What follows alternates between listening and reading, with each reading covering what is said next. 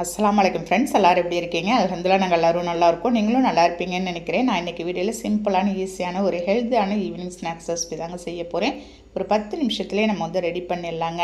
வீட்டில் இருக்க பொருளை வச்சு நம்ம வந்து ரெடி பண்ணிடலாமா? இப்போ வாங்க அதை எப்படி செய்யலான்னு பார்க்கலாம். இப்போ அதுக்கு வந்து ஒரு பெரிய உருளைக்கிழங்கை நாளாக கட் பண்ணி நான் வந்து வேக வச்சு எடுத்து வச்சுருந்தேன். தோலை எல்லாத்தையும் ரிமூவ் பண்ணிவிட்டு ஒரு பவுலில் ட்ரான்ஸ்ஃபர் பண்ணி வச்சுருக்கேன். இப்போ ஒரு கரண்டி வச்சு நல்லா மேஷ் பண்ணி விட்டுருங்க. எந்த ஒரு கட்டிகள் இல்லாத நீங்கள் கரண்டியால் மேஷ் பண்ணிவிட்டு கையை வச்சு நல்லா மிக்ஸ் பண்ணி விட்டுருங்க. இந்த ரெசிபி அவ்வளோ ஹெல்த்தான ரெசிபி தாங்க. ஒரு ஈவினிங் டைமில் நம்ம சாப்பிட்றதுக்கு அவ்வளோ சூப்பரான டேஸ்ட்டில் இருக்கும். பாருங்கள், இப்போ இதோடைய ஒரு கப்பு ஃபுல்லாக நான் வந்து ராகி மாவு சேர்த்துருக்கேன். அரை கப்பு நறுக்கிய வெங்காயமும் அதே மாதிரி அரை கப்பில் நம்ம வந்து முருங்கைக்கீரையும் சேர்த்துக்கலாம். ஒரு 1/4 ஸ்பூன் அளவுக்கு தனி மிளகாத்தூள் காரத்துக்கு சேர்த்துட்டு ஒரு 1/4 ஸ்பூன் தூள் உப்பு சேர்த்து ஒரு ஸ்பூன் வச்சு நல்லா மிக்ஸ் பண்ணிவிடுங்க. நீங்கள் எந்த அளவுக்கு ராகி மாவு சேர்க்குறீங்களோ பாதி அளவு முருங்கைக்கீரையும் பாதி அளவு நீங்கள் வந்து வெங்காயமும் சேர்த்துக்கோங்க. டேஸ்ட் வந்து சும்மா சூப்பரான டேஸ்ட்டில் இருக்குங்க.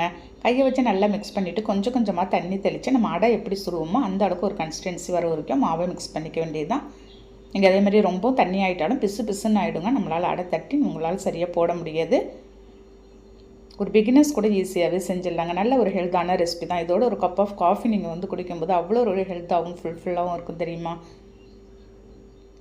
ராகி மாவு வெங்காயம் நமக்கு முருங்கைக்கீரை இருந்தாலே போதுங்க. இந்த ரெசிபியை நம்ம வந்து ட்ரை பண்ணிடலாம். ஒரு இரும்பு வானலை ஸ்டவ்வில் வச்சுட்டு இந்த மாதிரி கொஞ்சம் கொஞ்சமாக எடுத்து கையில் தட்டியே நான் வந்து போட்டுட்ருக்கேங்க. நீங்கள் ஒரு வாழையிலையோ இல்லாட்டி நீங்கள் கவர் வச்சு கூட உங்களுக்கு இந்த மாதிரி தட்ட தெரியல அப்படின்னா நீங்கள் வந்து அதில் தட்டி நீங்கள் வந்து சேர்த்துக்கலாம். சின்னதாக தான் நான் வந்து மெல்லிஸாக தட்டி போட்டிருக்கேன். ஏன்னா உள்ள நல்ல மாவு வந்து உங்களுக்கு கிறிஸ்பியாக வந்துச்சுன்னா சூப்பராக இருக்கும். ஒரு அரை ஸ்பூன் எண்ணெய் சுற்றி நீங்கள் வந்து சேர்த்துட்டு லோ ஃப்ளேமில் வச்சு அப்படியே திருப்பி போட்டு ஒரு 5 நிமிஷம் வேக வச்சு நீங்கள் வந்து எடுத்துருங்க. இதுக்கு உங்களுக்கு தேவை அப்படின்னா நீங்கள் வந்து தேங்காய் சட்னி இல்லாட்டி பொட்டுக்கடலை சட்னி எது வேணாலும் அரைச்சி தொட்டுக்கலாங்க. அவ்வளோ சூப்பராக இருக்குங்க. முருங்கைக்கீரையிலையும் ராகி மாவுலையும் அவ்வளோ ஒரு சத்துக்கள் நமக்கு நிறையவே இருக்குங்க. இரும்பு சத்து, கால்சியம் சத்துலாம் நிறையவே இருக்குது. பிள்ளைங்கள்லாம் இப்போ வர பிள்ளைங்க இந்த மாதிரியான ஒரு ஹெல்த்தான ரெசிபிலாம் யாருமே சாப்பிட மாட்டேன்றாங்க.